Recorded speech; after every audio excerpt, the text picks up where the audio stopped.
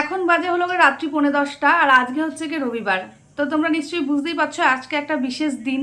এই বিশেষ দিনে তোমরা নিশ্চয়ই ঠিকঠাক মতন দিনটা সেলিব্রেট করেছো, মানে আজকে জামাই ষষ্ঠী। আর আমার কথা যদি বলো, আমার জামাই ষষ্ঠী একেবারে শেষ। কেননা হচ্ছে কি, আমাকে দেখে বুঝতেই পারছো আমি এখনও আমার ঘরে মানে হাউজিংয়ে রয়েছি। আমি এবার জামাই ষষ্ঠী করতে যেতে পারিনি, মানে জামাই ষষ্ঠীটা আমার করা হলো না বলতে পারো। তো এইদিকে দেখো আমার ছেলে খাচ্ছে পেছনে।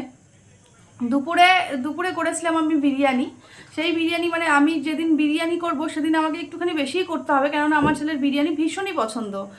আর হচ্ছে গিয়ে মানে আজকের দিনটা সত্যি খুব খারাপ গেল আমার।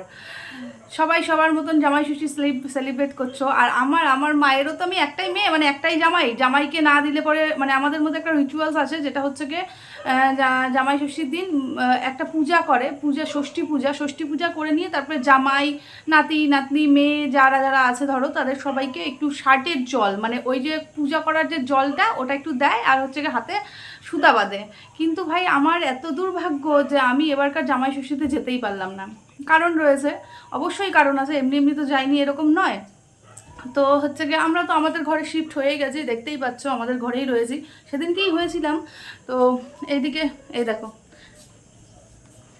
আমার ছেলের হচ্ছে কি বিরিয়ানি ভীষণই পছন্দ, ভীষণই। তো চিকেন বিরিয়ানি করেছিলাম আমি দুপুরবেলা। আর রাতেরবেলার কথা যদি বলো, রাতেরবেলা হচ্ছে গিয়ে ওই যে পীযূষ এই যে একটু আগেই এসছে, ও গেছিলো একটা জায়গায়, ও আমাকে বলেছিল যে হচ্ছে গিয়ে আটা ফুরিয়ে গেছে, তো মানে মাস গেলেই আমাদের তো মাসকাবাড়ি লাগবেই, মাসকাবাড়ি শেষ হয়ে গেছে, তো আমরা মাসকাবাড়িটা নিচ্ছি না, এই কারণেই আমরা বাড়ি যাব কটা দিন পরে। হ্যাঁ, তো ওই জন্য বলছি কি থাকে, এবারে আর মাসকাবাড়ি বেশি কিছু নেবো না, যেটুকুন খুব ইমার্জেন্সি না নিলেই নয় সেইটুকুনই মানে টুকুন জিনিসই আমি নেব।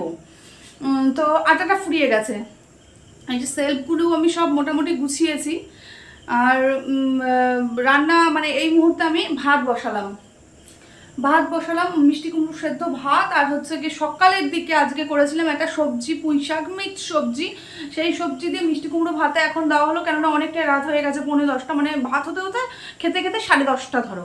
তো তখন হচ্ছে কি আর কি সবজি করব, আর কিছু করার ইচ্ছাও করছে না। দুপুরবেলা বিরিয়ানি চিকেন খাওয়া দাওয়া অলমোস্ট শেষ, যেটুকুন ছেলের জন্য রাখা ছিল খাওয়া হয়ে গেল। আর এদিকে আমার দিনটা কেন নষ্ট আমি বলছি। সবাই তো মানে জামাই ষষ্ঠী একটা কি বলতো, জামাইদের কাছে একটা আলাদা জিনিস, শাশুড়ির কাছে একটা আলাদা জিনিস। তো আমার সেটা হলো না একটাই কারণে, আমার ছেলের জন্য আমার জামাই ষষ্ঠীটা নষ্ট হয়ে গেল বলতে পারো। কিন্তু কিছু করার নেই, এই জিনিসটাও খুব ইম্পর্টেন্ট। মানে আমার ছেলের চলছে 30 তারিখ থেকে পরীক্ষা, তো আজকে হচ্ছে গিয়ে 1 তারিখ তো। আর দেখো ডেটগুলোও এমন পড়ছে না, এমনভাবে পরীক্ষাটা হয় আর দুদিন, মানে শুক্রবারের দিন শেষ হয়ে যেত, আজকে আমি কালকে আমি চলে যেতে পারতাম, কিংবা আর 2-4 দিন পর থেকে পরীক্ষা স্টার্ট হতো, আমি জামাই ষষ্ঠীটা করে আসতে পারতাম। এটা হচ্ছে কি আমার মায়ের কাছেও একটা আলাদা ব্যাপার, যে জামাইকে সুতা বাঁধতে পারলো না, শাইটের জল দিতে পারলো না। তো যাই হোক, আর হচ্ছে কি দেখো আমারও কি খারাপ লাগছে যে জামাই ষষ্ঠী দিয়ে আমি যেতে পারলাম না। তো যাই হোক, আমি আর 2-4 দিন পরেই বাড়ি যাব। আমার বাড়িতে পরশু লোকনাথ পূজা, মানে 3 তারিখে 19শে জ্যৈষ্ঠ, সেই দিনও আমি যেতে পারবো না। ভাবো আমার কি দুর্ভাগ্য যে আমি মেইন দিনগুলোতে আমি থাকতে পারি না। আমার ছেলের ইউনিট টেস্ট চলছে, আর এটা ম্যান্ডেটারি, একদম দেওয়া ম্যান্ডেটারি, এটা বাদ দেওয়া যাবে না, তো ওর জন্যই আমি যাইনি। আজটা কমিয়ে দিই, উতাল চলে আসছে তো। তো এই তো দিনগুলো এমন মানে দিনে পড়ে যায়, যেটা হচ্ছে গিয়ে তুমি যেতেও পারবে না, আবার হচ্ছে গিয়ে মনটাও খুব নিষ্পিস করবে। তো ওই যে দেখো কালকে এক্সাম আছে সকালবেলা, মানে সোমবারের দিন এক্সাম আছে, সোমবার দিন এক্সাম হয়ে গেলে পরপর মঙ্গল বুধ বৃহস্পতি এরকম পরপর এক্সাম। তো হচ্ছে গিয়ে এক্সামটা হয়ে গেলে পরে গরমের সামার ভ্যাকেশন পড়ে যাবে, সামার ভ্যাকেশনে তখন তো আমি অনেকদিন বাড়িতে গিয়ে থাকবো। খাটটার আওয়াজ করছে কেন এরকম? আমাদের খাটটা না সেটিংটা মনে হয় ঠিক হয়নি, কট করে ভাঙেনি, এটা উপরে উঠে গেছে, কাঠটা না লোহাটার উপরে উঠে গেছে, যার জন্য বসলেই না কট করে আওয়াজ হয়। ছেলে ঠিকই বলছে, তো আর কি, এই জন্যই আমার যাওয়া হলো না। কিন্তু আমার ছেলেকে একটু মানে কি করে বোঝাবো যে হচ্ছে মা বাবা বাচ্চার জন্য যে স্যাক্রিফাইসগুলো করছে। দেখো আমার মেন দিনটা আমি পার করে দিলাম, 10 বছর হয়ে গেছে, আমার না গেলেও বা কিছুই নয়। হ্যাঁ জামাই ষষ্ঠীতে, কিন্তু তবুও দেখো আমি একটা ইম্পর্টেন্ট দিন বাদ দিয়ে দিলাম। আমার ছেলেকে কে বোঝাবে? আমার ছেলে যে একটু পড়বে, আমি একটু শান্তিতে থাকবো।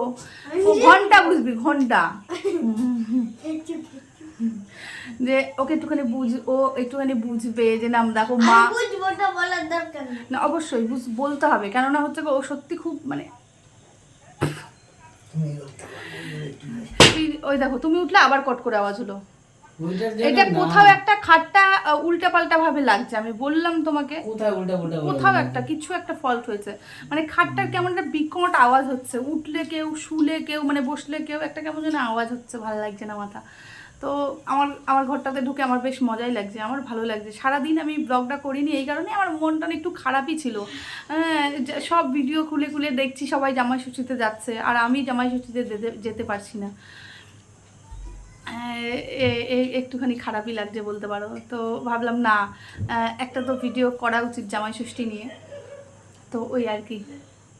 পরীক্ষাগুলো এমন এমন টাইমে পড়ে না, আমি হচ্ছে গিয়ে পরীক্ষার জন্য ওই যে 19শে জ্যৈষ্ঠ সেই পূজার দিনও যেতে পারবো না, আজকে জামাই ষষ্ঠীটাও হলো না, মানে এমন স্পয়েল হয়ে যায় না কি বলবো। তো যাই হোক, আজকের ভিডিওটা আমি এইখানেই এন্ড করি, যথেষ্ট হয়ে গেল, কেননা মন মেজাজ ভালো নয়, জামাই ষষ্ঠীতে যেতে পারলাম না। কাল শরীর স্বাস্থ্য ভালো থাকলে আবার নতুন একটা ব্লগে দেখা হবে। খুব ভালো থাকবে। Good night.